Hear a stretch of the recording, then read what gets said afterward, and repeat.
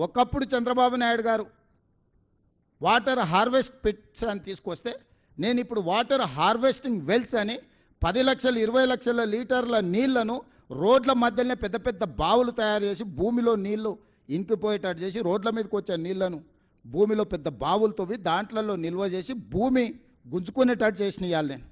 ఒకప్పుడు రాజ్భవన్ ముందర చిన్న వర్షం వస్తే ఎన్ని నీళ్ళు ఉండేది మీరు అందరు సాక్ష్యం కదా. మక్తాకు పోవడానికి అవకాశం ఉండేనా? ఈనాడు ఆఫీస్ దగ్గర కేసీపీ గెస్ట్ హౌస్ దగ్గర ఎన్ని నీళ్లు ఉండేటివి? సచివాలయం ముందర ఎన్ని నీళ్లు ఉండేది? వీళ్ళు కొత్త కట్టిన సచివాలయం కూడా రాగానే నీళ్ళలో మునిగిపోలే. ఇవాళ ఎక్కడైనా ఇంత పెద్ద వర్షం వస్తే ఎక్కడైనా నీళ్లు నించున్నాయా? ఇవాళ హైడ్రాను పెట్టి హైడ్రా మీద ఈగల్ ఫోర్స్ మీద కంకణం కట్టుకున్నాడు కేటీఆర్ ఎట్లయినా వీటిని బంద్ చేయించాలని. ఈగల్ ఫోర్స్ ఏమో గంజాయి డ్రగ్స్ వల్ల సంగతి తేలుస్తుంది. ఇక్కడే కాదు గోవాల మూలాలు ఉన్న పోయి పట్టుకొచ్చి లోపల బొక్కలేసి గంజాయి డ్రగ్స్ను ఈరోజు తొక్కి అంచేసినాం. హైడ్రా ఈరోజు ఏండ్ల కొద్దీ పార్కులు ప్రభుత్వ భూములు వేల కోట్ల రూపాయలు దాదాపుగా 50-60 వేల కోట్ల రూపాయల ప్రభుత్వ భూములను ఈరోజు హైడ్రా కాపాడింది. స్పెసిఫిక్గా యూ టెల్ మీ హైడ్రా పలానా దగ్గర తప్పు చేసిందంటే చెప్పు, ఇద్దరం పోదాం, నిజ నిర్ధారణ కమిటీ వేద్దాం. వద్దే వద్ద అనేది ఏంది అంటే పార్కులు కబ్జా కావాలి, చెరువులు కబ్జా కావాలి, నాలాలు కబ్జా కావాలి, హైదరాబాద్ నగరం మునిగిపోవాలి, నీ స్వార్థం నిండాలి, నీ అవినీతి సొమ్ము పండాలి. ఇదేనా జీవితకాలం? ఇంతేనా? ఎంత సంపాదించుకుంటావు? చివరికి సొంత చెల్లెలకు వాటా ఇవ్వాల్సి వస్తుందని సొంత చెల్లెల్ని కూడా ఇంట్లోకి వెళ్ళి బయటికి నెట్టేసినావు. ఇంతకంటే ఎవడైనా నికృష్టుడు ఉంటాడా? పాత సామెతోటి ఉంది, కోతుల పంచాయతీ పిల్లి తీర్చిందని. హరీష్ రావు సంగతి మీరు అందరూ ఆలోచన చేయరు. మెదక్లో జగ్గారెడ్డిని ఫస్ట్ బయటికి తోలేండు అడ్డం వస్తాడని, విజయశాంతిని బయటికి తోలేండు, రఘునందన్ రావుని బయటికి తోలేండు.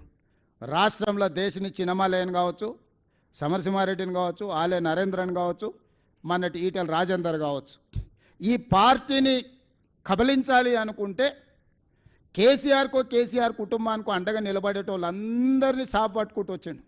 అజయ్ దేవగన్తో సినిమా ఉంటుంది కాలని, కొంతమంది మిత్రులు అడవిలోకి పోయి తిరగడానికి పోయి దారి తప్పుతారు. అడవిలో నాకు అన్ని దారులు తెలుసు మీకు చూపిస్తారా అని ఒక ఆయన వస్తాడు, ఆయనే అజయ్ దేవగన్ కాల్ సినిమాలో.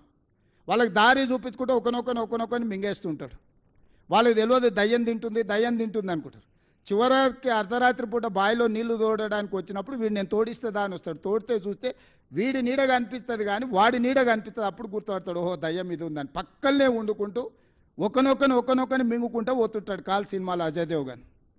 హరీష్ రావు కూడా అదే రకంగా కేసీఆర్ పక్కన చేరి రేపు ఈ పార్టీని కబలించడానికి అడ్డం వచ్చేటోళ్ళను కేసీఆర్కు అండగా నిలబడేటోళ్ళను ఒకరొకరిని సాఫ్ చేసుకుంటూ మొత్తం హిస్టరీ చూడండి.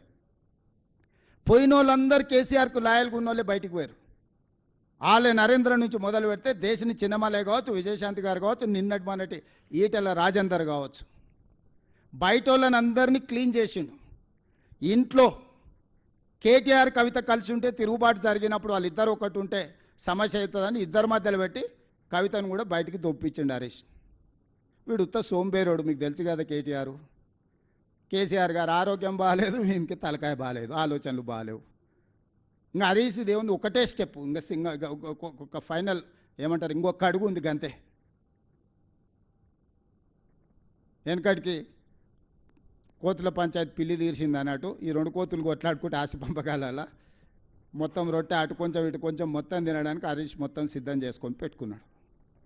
వీళ్ళ తెలంగాణ రాష్ట్రాన్ని కాపాడేది, వీళ్ళ తెలంగాణ రాష్ట్రానికి ప్రతినిధులు, వీళ్ళ ఈ నగరానికి భద్రత కల్పించేది, వీళ్ళ ఈ నగరాన్ని అభివృద్ధి చేసేది, వీళ్ళ సమన్వయము, ఈ బ్యాడ్ బ్రదర్స్ సమన్వయము మెట్రో ఆపడానికి, మూసీ ఆపడానికి, రీజనల్ రింగ్ రోడ్ ఆపడానికి, రేడియల్ రోడ్స్ ఆపడానికి, ఫ్యూచర్ సిటీని ఆపడానికి, వరంగల్ ఎయిర్పోర్టును ఆపడానికి, ఆదిలాబాద్ ఎయిర్పోర్టును ఆపడానికి, వీటిని ఆపించడానికి బ్యాడ్ బ్రదర్స్ కోఆర్డినేషన్ ఏంది? అభివృద్ధి చేయడానికి సహకరించండి. ఈరోజు ప్రభుత్వం వచ్చింది, ప్రజలు ఎన్నుకున్న ప్రభుత్వం ఇది. మేమేం మీ ఆస్తి అడగడం లేదు కదా. ఈ కక్ష ఏంది?